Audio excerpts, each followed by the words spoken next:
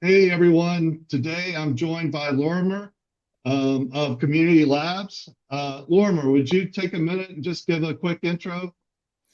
Sure. Well, thanks for having me on. My name is Lorimer. I am a fellow at Community Labs. I'm building a project called Othent.io. We're basically making it so Web 2 users can come directly into Web 3 using their existing Google account, Twitter account, really whatever account you usually use OAuth with, we support. And so then what you can do is take that account and make your own unique Arweave wallet that only you can access. So we're sort of at the moment on the forefront of taking normal people straight into Arweave. But yeah, that's what I've been building for a while now, and we've just released a new product called Othent and Mobile, which allows you to access any Arweave app without the team having to integrate it. We like the fact that users will be able to choose what they use. I think that's a really powerful thing in Arweave. The whole point of permanence is so that if you wanted to use, say, Bazaar, you wanted to use the old version rather than the new one, you really could because you can just scrape it straight off the permaweb. That's the kind of philosophy we're taking with Othent Mobile. So you can download our extension and then you can literally access whatever dApp website you want as long as it's got the normal Arweave wallet connector. And yeah, you're good to go. No longer have to rely on teams to integrate anything. You can do it directly yourself. Very cool. Creating frictionless onboarding, right? Yeah, I think that's the name of the game. At the moment in Web 3, there's a lot of onboarding steps. I'm sure anyone here who's tried to like explain what you do for a job or like your hobby to your family, it's very, very difficult. They're like, oh, what's a wallet? What's the private key? Now, I think those things are really good. Like, it makes a lot of sense for you to self custody and do all these lovely things that we've been able to make in this ecosystem. But it's very, very difficult to, to learn how to do that. I mean, a lot of people, like, they came in through, centralized exchanges and stuff like that. And later on, downloaded things like MetaMasks. So we're trying to do it within the whole, just the one step. It's just directly centralized into decentralized within the one sort of protocol. Very nice. What gave you the idea for Othent? Yeah, I think before this, I was working on a project in Polkadot. It was basically analytics. So you could take your wallet address and just type it into like this site, much like an Etherscan UI, and then it would tell you like a bank statement of everything you've spent that month, how much gas fees you paid, where your money's gone, sort of just basically what you've done, how many dApps you've interacted with. And the idea was trying to make it just really, really easy to see what you've actually done at the time. I think it was tax year in the UK, and not a lot of people like knew how to do taxes. A lot of people just couldn't be asked. Also, it was the bull market, sorry. So lots and lots of people were investing into like dApps and into tokens. And it was a really big problem. No one knew what they were actually doing. And so it's like, oh, your accountant's like, oh, I've spent £1,000, but what have I actually done? So yeah, this protocol was enabling that. And we really wanted it to make it as easy as possible. We kind of realized that the problem wasn't with people who had wallets, it's with people who didn't have wallets on centralized exchanges. And yeah, then I met Tate Berenbaum, who's the founder of Community Labs, and was kind of just talking to him like, oh, I really want to make it really, really easy. And he was like, oh, have you ever thought about, using like Google? I was like, what do you mean using Google? Like, I'm against that. So against that. I want everyone to be on, decentralized wallets. And he was like, yeah, but, have you ever thought if you got them in through Google and then put them into wallets within the same sort of thing and you give them analytics, give them everything like that, and yeah, they kind of got us thinking, and so joined Community Labs as a fellow, and yeah, now we have Othent.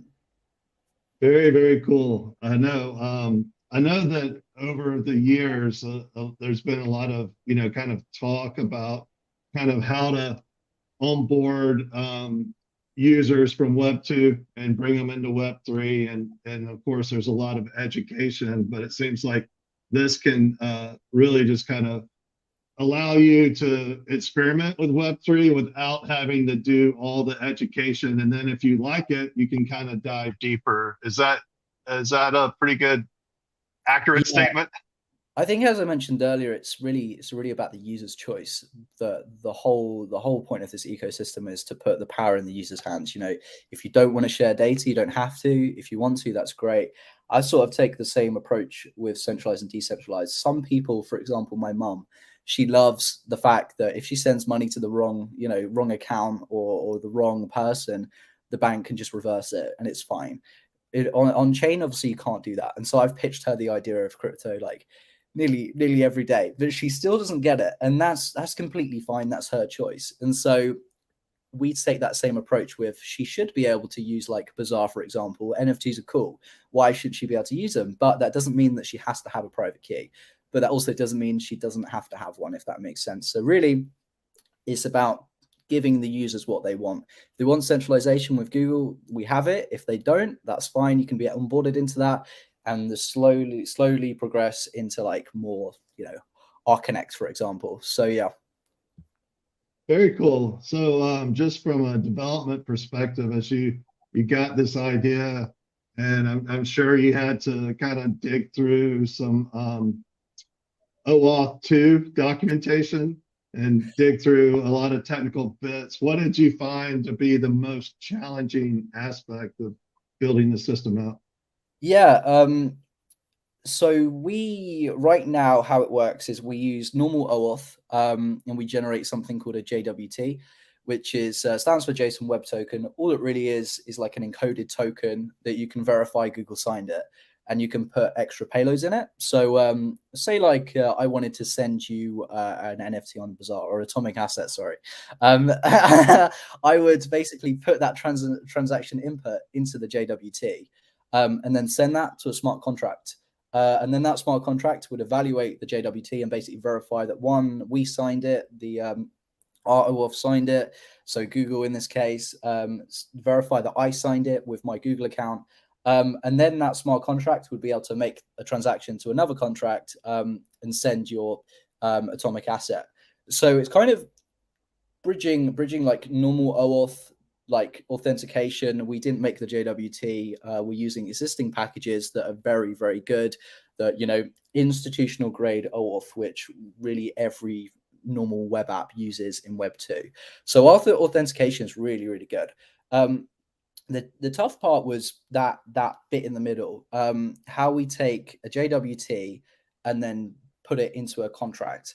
You can't, unless you have like a wallet address or a normal Arweave wallet, you can't make a transaction on chain because you need gas, you need, the network to accept it. You need all of these different things, all these different pieces. And so the real challenge was, how do we take that JWT and get it to a smart contract where the user can then make a transaction? So we figured out this sort of node service similar to how Bundler do it. We basically have our own node. Anyone can run a node. Everything is public, with our own gas fees in the node. It's basically just a wallet address that sends that JWT to the user's contract. So that contract can then evaluate that JWT and then send the transaction. That sort of middle bit was very tough to make. But once we made it, we got a lot of other benefits. Like, for example, we make gasless transactions, for example. So if if you have just made a Google account and you instantly want to sign into permapages and make a permapage, you don't have to go onto Binance and buy Arweave, and then you realize you're in the US, so you can't buy Arweave. And then it's it's like, where do I buy Arweave from? It's like, oh, I'm gonna have to go to this dodgy website, and it's like, it's just too many steps. So yeah, this is a service type thing. We were able to just like house everything and pay everyone's gas. And yeah, later on, we will be able to charge like a SaaS model type thing. But right now, Arweave is very, very cheap in transaction fees. So so we're fine to cover it. Very, very cool. And yeah, the mobile extension can also work on the desktop, right? Yeah, exactly. So right now we only support Apple, so you can download it on like your normal Safari app in your iPhone. So it's why it's called Othent Mobile, and you can just basically like click the extension and then access any app. I haven't really seen many Safari extensions. Not many people know, but much like how your Chromium browser like Brave, Chrome or anything like that can have an extension in the top right hand corner. iPhones in Safari can also have extensions. So yeah, just in the little bottom bit, if you go to mobile.othent.io, you can download it. And yeah, you just click it and you can access anything. And the same with Safari, the normal Safari in your Mac. I think it's the top left or the top right. Again, normal extension. So yeah, just trying to make it as simple as possible to onboard straight into Arweave. Very cool. So what's it like working at Community Labs as a fellow? Yeah, it's great. You get access to a lot of different things. A lot of people. I think this would be my first time founding a startup and really getting gritty with it. And there's a lot of things that you don't want to have to do. So Community Labs, they have experience and can teach you on a lot of different things. You know, Tate made Verto, made Nest.land. There's a lot of people who are very, very experienced and have really deep-rooted connections within Arweave. So I'm able to like cut a load of steps that would have slowed us down completely and really just focus on shipping. You know, like HR and finance setup shouldn't be a reason a startup dies, and the founder spends all their time on that sort of thing. And when you're at really, really early stages, you don't want to hire like a COO and then that sort of thing. Like the COO will handle it, and then you've got just, you know, all of the money going to that COO, and then I want to hire another developer and like actually make our products, and like your startup basically dies. Like, so Community Labs has very, very unique things like that a lot of other venture studios offer, but also they have a lot of things they don't, which is like in Arweave, the knowledge they know on Arweave is extremely good. Like the connections you get there, everything like that is a really, really good package. And yeah, really, really enjoying it so far right now. My days are spent really trying to figure out how we can make the world a better place. And I think how we make the world a better place right now is making it so normal people can access permanent data storage and all the benefits that come with it. So yeah, we have a few ideas where we want to take this, but at the moment it's how can we best spend our time making the world a better place? And at the moment it's normal people from Web 2 into Web 3. Very cool. And so congrats on launching that. And just curious, anything you can share on kind of what's next for Othent, or what's next in your project list, or still want to keep that close to the sleeve? Right now we've got a few ideas. I think Bazaar is pretty interesting. So I do. All the listeners probably have already checked out Bazaar, but I really like the idea of, I was just saying before the call with you, the idea of like a football team or something like that being listed on Bazaar. In order for that to happen, you know, football teams and football team supporters aren't necessarily the most hip with the new technology.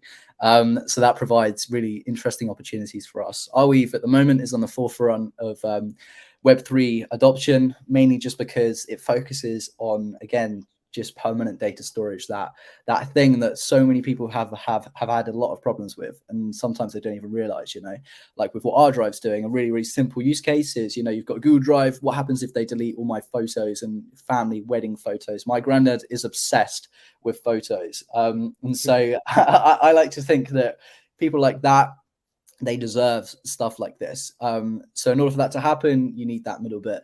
And so Arweave is very, very interesting that they have all of this really great stuff going on, but they have a very, very big problem, which is a lot of people can't use it. Right. So yeah, that's really what we're focusing on next, is making it as easy to use things like Bazaar, for example. Yeah, that's so cool. And speaking of football, American football fans love to leave comments. So having the comment feature in Bazaar, I don't know about the British fan base, but our fans love to leave comments. Especially, the funny thing is, real quick, is like the other team fans will come to your fans board and just leave a bunch of comments. Are you talking things? Are you talking about football or soccer? That's the only thing we call it. Yeah. I'm talking about American football. The inappropriate use of football. The one that America dominates. Yeah, I'm going out to Virginia soon, and with Community Labs, and we're going to watch a football game for the first time. I'm super excited. It'll be very You're gonna interesting. love it. Yeah, college football is the best, at least in the States. But yeah, that sounds exciting, and looking forward to it. And I'm definitely on my short list going to be putting Othent, at least maybe doing a video showing users how to use the mobile version to That create would a be great. perma page. And yeah, super excited. I think you're absolutely right. We're building some cool stuff on Arweave and allowing people to get on without having to go through, a educational course is going to be invaluable. So thanks a lot for building that. And thanks again. Is there anything else you'd like to say before we wrap up? No, I think that's great. If anyone wants to check out Othent, it's othent.io. And again, thanks very much, Tom, for having me on. I really appreciate it. Thank you. Have a great day.